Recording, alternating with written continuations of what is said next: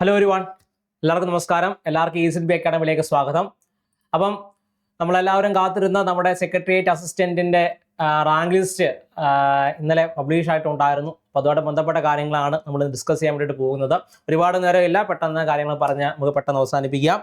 Okay, അപ്പോൾ നമ്മുടെ ഇവിടെ PSC ഇന്നലെ അവരുടെ സൈറ്റിനകത്ത് നമ്മുടെ ഈ പറയുന്ന സെക്രട്ടേറിയറ്റ് അസിസ്റ്റന്റുമായിട്ട് ബന്ധപ്പെട്ട് അവർ റാങ്ക് ലിസ്റ്റ് പബ്ലിഷ് ചെയ്തിട്ടുണ്ടായിരുന്നു. നോക്കിയേ, rank list for the post assistant auditor direct recruitment 576/2024 എന്നാണ് ഇതിൽ വിളിച്ചിട്ടുണ്ടായിരുന്നത്. നോക്കി, 576/2024 category number of the following list candidates for selection of assistant auditor. Category number 576/2024 39,300 മുതൽ 83,000 വരെയാണ് എന്ത് ചെയ്യുന്നത് സാലറി ആയിട്ട് നൽകിയിട്ടുള്ളത്. Government secretariat, Kerala public service commission, advocate general office Ernakulam, state audit department, Office of Vigilance Tribunal, Office of Inquiry, Commissioner and Special Judge interviewed and found suitable by the Commission and arranged in order of the merit. Rank list is put force with effect from 16/4/2026. അതായത് 2026 April 16 മുതൽ ഈ പറയുന്ന rank ലിസ്റ്റിന് കാലാവധി ഉണ്ടായിരിക്കും. അല്ലെങ്കിൽ ഇവിടെ നിന്ന് തുടങ്ങുന്നു എന്നുള്ളതാണ്. ഓക്കെ, അപ്പോൾ അതിനകത്ത് ഒരുപാട് പേര് ഈ പറയുന്ന മെയിൻ ലിസ്റ്റിലും മറ്റുമായിട്ട് ഒരുപാട് പേര് എന്ത് ചെയ്യുന്നുണ്ട്, ഇതിനകത്ത് വന്നിട്ടുണ്ട് എന്നുള്ളതാണ്.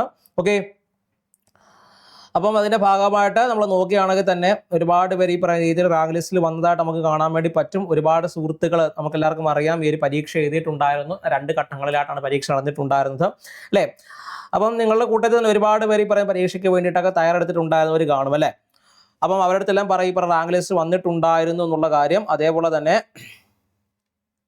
നോക്കുക, ഈ പറയുന്ന മുഴുവനായിട്ടും അല്ലേ ഈ പറയുന്ന രീതിയിൽ മെയിൻ ലിസ്റ്റ് ഉൾപ്പെട്ടിട്ടുള്ള ആളുകളുടെ എണ്ണം എന്ന് പറയുന്നത് 910 പേരാണ് മെയിൻ ലിസ്റ്റ് ഉൾപ്പെട്ടിട്ടുള്ളത്. സപ്ലിമെന്ററി ലിസ്റ്റിൽ 805 പേരാണ് സപ്ലിമെന്ററി ലിസ്റ്റിൽ എന്ത് ചെയ്യുന്നത് ഇപ്പോൾ ഉൾപ്പെട്ടിട്ടുള്ളത്. ഡിഫറൻ്റ്ലി ഏബിൾഡ് ആയിട്ടുള്ള ആളുകൾ 31 പേരാണ് എന്ത് ഉൾപ്പെട്ടിട്ടുള്ളത്. മൊത്തത്തിൽ 1746 പേരടങ്ങുന്ന ഒരു ലിസ്റ്റാണ് എന്ത് ചെയ്യുന്നത് ഇവിടെ ഉള്ളത് എന്നുള്ളതാണ്. ഓക്കെ ആണല്ലോ.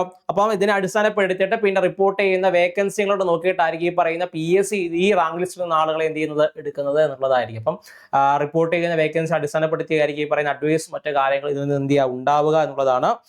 ഓക്കെ, അപ്പം നിങ്ങൾ എല്ലാവരും തന്നെ ഈ പറയുന്ന പരീക്ഷ ചെയ്തിട്ടുണ്ടായിരുന്നവരാണെങ്കിൽ ഈ പറയുന്ന റാങ്ക് ലിസ്റ്റ് വന്നിട്ടുണ്ട്. നിങ്ങൾ എല്ലാവരും കയറി നോക്കിയതിനു ശേഷം നിങ്ങളുടെ പേര് ഉണ്ടോ ഇല്ലയോ എന്നുള്ളത് എന്ത് ചെയ്യുക ഉറപ്പ് വരുത്താൻ വേണ്ടിയിട്ട് ശ്രമിക്കാം. അതേപോലെ തന്നെ ഇനി വരാൻ വേണ്ടി പോകുന്ന മറ്റു പരീക്ഷകൾക്ക് വേണ്ടിയിട്ട് എന്ത് ചെയ്യുക നല്ല രീതിയിൽ തയ്യാറെടുക്കുക എന്നുള്ളത് കൂടിയാണ്. അതേപോലെ നിയമനം നടക്കാന്ന് പറയുന്നത് ഇനി നടക്കുന്ന ഈ പറയുന്ന വേക്കൻസികൾ അടിസ്ഥാനപ്പെടുത്തിയിട്ടൊക്കെ ആയിരിക്കും ഇനി എന്ത് ചെയ്യുന്ന റാങ്ക് ലിസ്റ്റ് ആളുകളെ വിളിക്കുക എന്നുള്ളതാണ്.